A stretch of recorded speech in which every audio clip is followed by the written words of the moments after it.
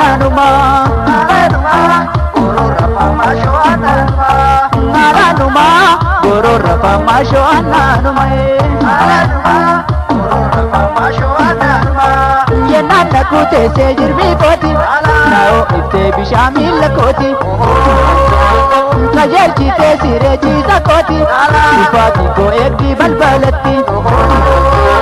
Shambuki badu ye mujada na guddi badu ye rasada Shambuki badu ye mujada na guddi badu ye rasada Shambuki badu ye mujada na guddi badu ye rasada Shambuki badu ye mujada na guddi badu ye rasada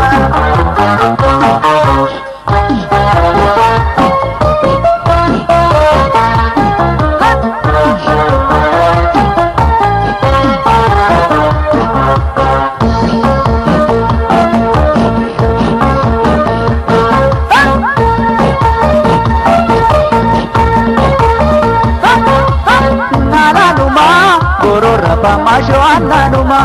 nalanuma gorora famasho ananuma nalanuma gorora famasho ananuma nalanuma gorora famasho ananuma nage padawa masho nagote nabila mamburtukana gote sarvashe bareda gangarchite masho nabojite nadufatto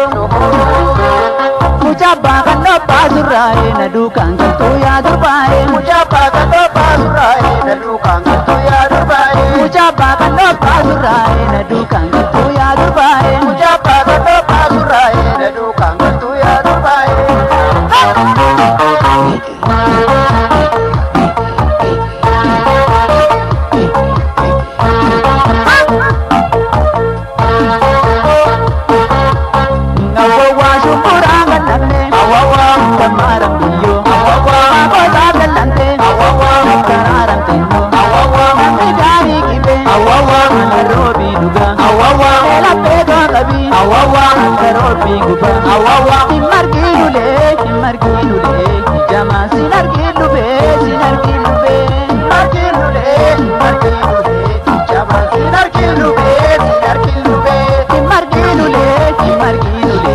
Jama sinar kilube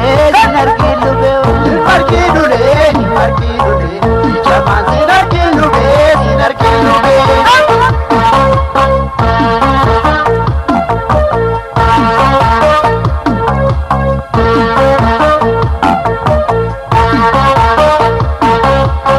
awawa akaka yondege awawa kogurgurade awawa barbadona busi awawa kogontutake awawa Padama, awawa, amina amsisi, awawa, wasi maledape, awawa, wasi nawamsisi, awawa, imargilule, jama sinargilube, imargilule, jama sinargilube, imargilule, jama sinargilube,